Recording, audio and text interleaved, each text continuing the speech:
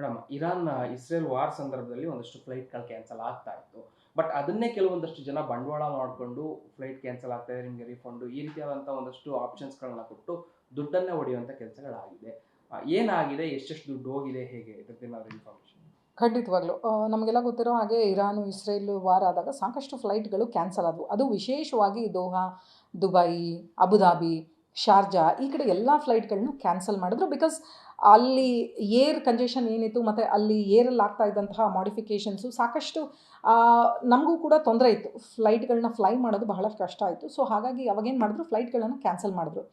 ಫ್ಲೈಟ್‌ಗಳು last ಮಿನಿಟಲ್ಲಿ cancel ಆದಾಗ ಇದು ಏರ್‌ಲೈನ್ಸಿಂದ cancel ಆಗಿರೋದ್ರಿಂದ ಖಂಡಿತ ರೀಫಂಡ್ ಬರಲೇಬೇಕು. ಅದರಲ್ಲಿ ತಪ್ಪಿಲ್ಲ. ಆದರೆ ಇದನ್ನು ಬಂಡವಾಳ ಮಾಡಿಕೊಂಡು ಹ್ಯಾಕರ್ಸ್ ಏನು ಮಾಡಿದ್ರು ಅಂತಂದರೆ, ಒಂದಷ್ಟು ಒಂಥರ ಒಂದು 100 ಜನಕ್ಕೆ ಅಬ್ರಪ್ಟಾಗಿ SMS ಗಳನ್ನ ಕಳಿಸೋದು, ವಾಟ್ಸಪ್ಪಲ್ಲಿ ಮೆಸೇಜ್ನ ಕಳಿಸೋದು ಮಾಡಿದ್ರು. ಏನು ಅಂತಂದರೆ, ನಿಮ್ಮ ಫ್ಲೈಟ್ ಕ್ಯಾನ್ಸಲ್ ಆಗಿದೆ, ನಿಮ್ಮ ಫ್ಲೈಟ್ ಕ್ಯಾನ್ಸಲ್ ಆಗಿ ರೀಫಂಡಿಗೆ ಬೇಕು ಅಂದರೆ ಈ ಲಿಂಕನ್ನು ಕ್ಲಿಕ್ ಮಾಡಿ. ಅಂದರೆ ಅದು ಏರ್‌ಲೈನ್ಸ್ ಯಾವುದು ಅಂತಿಲ್ಲ, PNR ನಂಬರ್ ಇಲ್ಲ, ಡೀಟೇಲ್ಸ್ ಇಲ್ಲ, ಏನಿಲ್ಲ, ಬ್ಲೈಂಡಾಗಿ.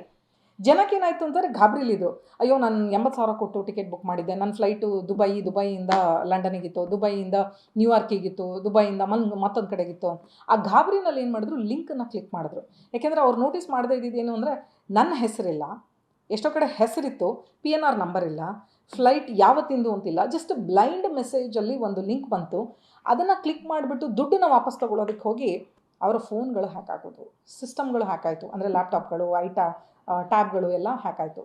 ಇದು ಏನು ಕ್ರಿಯೇಟ್ ಮಾಡಿತು ಅಂತಂದರೆ, ಈ ಹ್ಯಾಕರ್ಸು ಕರೆಂಟ್ ಅಫೇರ್ಸ್ ಏನಿರುತ್ತೆ ಅದನ್ನು ಇಟ್ಕೊಂಡು ಬಂಡವಾಳ ಮಾಡಿಕೊಂಡು ಸೈಬರ್ ಅಪರಾಧ ಮಾಡ್ತಾರೆ. ಇದ್ರ ಬಗ್ಗೆ ಸಾಕಷ್ಟು ಸತಿ ನಾವು ಹೇಳಿದ್ದೀವಿ. ಕರೆಂಟ್ ಅಫೇರ್ಸ್ ಏನಿರುತ್ತೆ, ನಮ್ಮಲ್ಲಿ ನಡೀತಾ ಇರುವಂತಹ ನ್ಯೂಸ್ಗಳನ್ನೇ ಪ್ಲ್ಯಾಟ್ಫಾರ್ಮ್ ಇಟ್ಕೊಂಡು ಅವರು ಹ್ಯಾಕ್ ಮಾಡೋದು ಸರ್ವೇ ಸಾಮಾನ್ಯ. ಸೊ ಇಸ್ರೇಲು ಮತ್ತು ಇರಾನ್ ಮಧ್ಯೆ ನಡೆದಂಥ ಯುದ್ಧದಲ್ಲೂ ನಡೆದಿದ್ದು ಇದೆ. ಹೆಂಗಿದ್ರೂ ಫ್ಲೈಟ್ಸ್ ಕ್ಯಾನ್ಸಲ್ ಆಗಿದೆ ಅಂತ ಗೊತ್ತು, ಆ ಲಿಂಕನ್ನು ಕ್ಲಿಕ್ ಮಾಡ್ತಾರೆ ಅಂತ ಗೊತ್ತು, ರೀಫಂಡ್ ಬರೋದು ಬದಲು ಇವ್ರದೇ ಅಕೌಂಟಿಂದ ದುಡ್ಡು ಹೋಗೋದಕ್ಕೆ ಶುರುವಾಯಿತು. ಸೊ ಈ ಥರ ಎಷ್ಟು ಜನಕ್ಕಾಯಿತು ಅಂದರೆ, ಸಾವಿರಾರು ಜನಕ್ಕಾಯಿತು. ಸಾವಿರಾರು ಜನ ಏರ್ಲೈನ್ಸ್ ಜೊತೆ ಜಗಳ ಆಡಿದ್ರು, ಇಮೇಲ್ಗಳನ್ನು ಬರೆದ್ರು, ಟ್ವೀಟ್ ಮಾಡಿದ್ರು. ಅಲ್ಲಿ ಆ್ಯಕ್ಚುಲಿ ಏರ್ಲೈನ್ಸಿಗೆ ವಿಷಯನೇ ಗೊತ್ತಿಲ್ಲ. ಇವಾಗ say for example, American airlines ಅಥವಾ ಲುಫ್ತಾನ್ಸಾನೋ ಅಥವಾ ಇಂಡಿಗೋನೋ ಯಾವುದ್ರಲ್ಲೋ ಬುಕ್ ಮಾಡಿದರೆ ಅವರು ರೆಸ್ಪಾನ್ಸಿಬಲ್ ಆಗ್ತಾರೆ ರೀಫಂಡ್ ಮಾಡೋಕ್ಕೆ. ನೀವು ಯಾವುದೋ ಲಿಂಕಿಗೆ ಕ್ಲಿಕ್ ಮಾಡಿದಾಗ ಪಾಪ ಏರ್ಲೈನ್ಸ್ ಅವರು ರೆಸ್ಪಾನ್ಸಿಬಲ್ ಅಲ್ಲ ಇಲ್ಲಿ. ಸೊ ಹೀಗಾದಾಗ ಬಹಳಷ್ಟು ತೊಂದರೆ ಸಾಮಾನ್ಯ ಜನಕ್ಕಾಯಿತು. ಅಲ್ಲಿ ಆಗಿದ್ದೇನು ಅಂದರೆ, ಅವ್ರಿಗೆ ಅವೇರ್ನೆಸ್ ಇರಲಿಲ್ಲ. ಇದು ಇರಾನು, ಇಸ್ರೇಲು ಮಾತ್ರನೇ ಅಲ್ಲ, ರಷ್ಯಾದಲ್ಲಿ ಉಕ್ರೇನಲ್ಲಿ ನಡೆದಾಗಲೂ ಅದನ್ನು ಉಪಯೋಗಿಸ್ಕೊಂಡ್ರು. ಸದ್ಯದ ವಿದ್ಯಮಾನ ಗೊತ್ತಾಗಬೇಕಾ ನಿಮಗೆ, ರಷ್ಯಾದಲ್ಲಿ ನಡೀತಾ ಇದೆ ನೋಡಿ ಅಂತಂದರು. ಹಾಗೆಯೇ ರಷ್ಯಾದಲ್ಲಿ ಒಂದು ಡ್ರೋನ್ ಬಂತು, ಅದು ಅಟ್ಯಾಕ್ ಆಯಿತು, ನಮ್ಮ MP ಗಳಿಗೆಲ್ಲ ತೊಂದರೆ ಆಯಿತು ಅಂತಂದರು. ಅದರ ವಿಷಯದ ಬಗ್ಗೆ ನೀವು ನೋಡಬೇಕು ಅಂದರೆ ಈ ಲಿಂಕನ್ನು ಕ್ಲಿಕ್ ಮಾಡಿ ಅಂದರು. ನಿಜ ಹೇಳಬೇಕು ಅಂದರೆ ಆ ಟೈಮಲ್ಲಿ ನಾನೇ ರಷ್ಯಾದಲ್ಲಿದ್ದೆ. ಅಲ್ಲಿ ಆ ಥರದ್ದು ಏನೂ ಇರಲಿಲ್ಲ.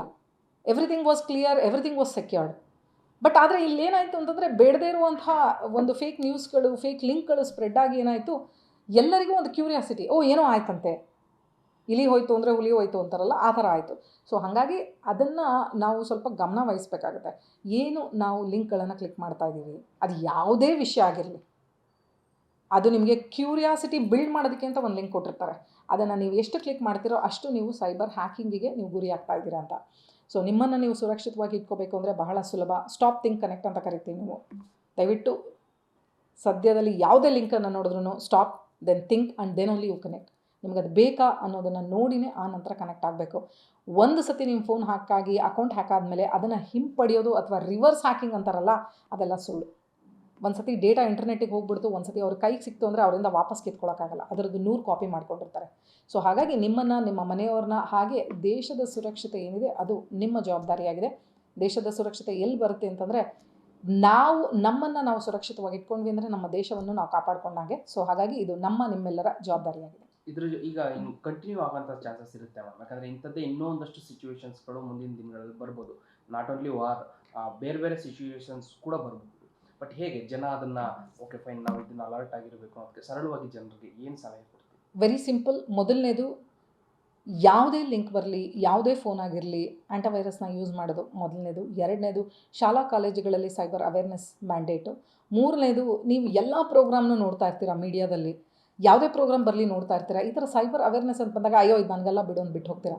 ಆದರೆ ಇದು ನಿಮಗೆ ಅನ್ನೋದು ನೀವು ಗಮನ ವಹಿಸಬೇಕಾಗುತ್ತೆ. ಯಾಕೆಂದರೆ ಸೈಬರ್ ಸೆಕ್ಯೂರಿಟಿ ಬಗ್ಗೆ ನಾನೇ ನಿಮ್ಗಳ ಮೀಡಿಯಾದಲ್ಲಿ ಇದುವರೆಗೆ ಕಳೆದ 20 ವರ್ಷದಿಂದ ಮೀಡಿಯಾ ಜೊತೆ ಕೂತ್ಕೊಂಡು ಮಾತಾಡ್ತಾ ಇದ್ದೀನಿ. ಇವತ್ತುವರೆಗೂ ಬಂದಂಥ ಪ್ರತಿಯೊಬ್ಬ ಸೈಬರ್ ಗುರಿಯಾದಂಥ ವಿಕ್ಟಿಮ್ ಹೇಳೋದೇನು ಅಂದರೆ, ಅಯ್ಯೋ ಮೇಡಮ್ ನನಗೆ ಇದು ಗೊತ್ತೇ ಆಗಲಿಲ್ಲ ಅಂತಾರೆ.